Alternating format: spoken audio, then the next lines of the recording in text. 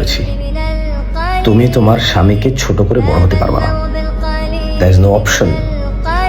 ধরো যে স্ত্রী, তুমি যদি তাকে ছোট করো, তাহলে ওই ছোট মানুষটার স্ত্রী তো তুমি, যে কিনা কাপুরুষ, যার স্ত্রী তাকে যেখানে সেখানে তুচ্ছ করে।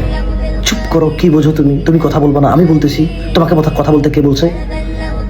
তুমি এটা পারো না, সেটা পারো না, কিনতে পারো না, তোমার কিনা ঠিক নাই, বেশি দাম নিয়ে গেছে, পচা জিনিস আসছে।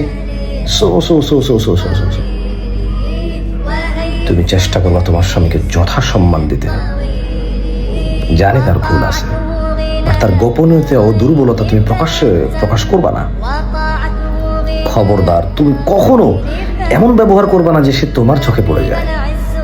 তাইলে ওই নিচ পড়ে যাওয়া কাপুরুষটা আর যাই করুক, কোনো পরিবারকে সুখে রাখতে পারবে না, সক্ষম হবে না, কারণ সে নিজের সুখী তো নাই। তার নিজের ইজ্জত সম্মানিত কোথাও সে টিকাইতে পারে না। না, আমি মোটেও বলছি না তার দোষ নাই, তবে এখানে আরো ভিন্ন পথ থাকতে পারে।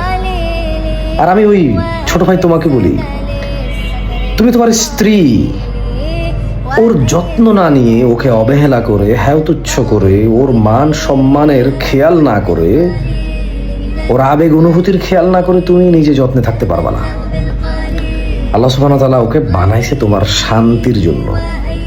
তুমি যদি এইটাকে বাদ দিয়ে অন্য কোথাও শান্তি খোঁজো, তুমি শান্তি পাবা না।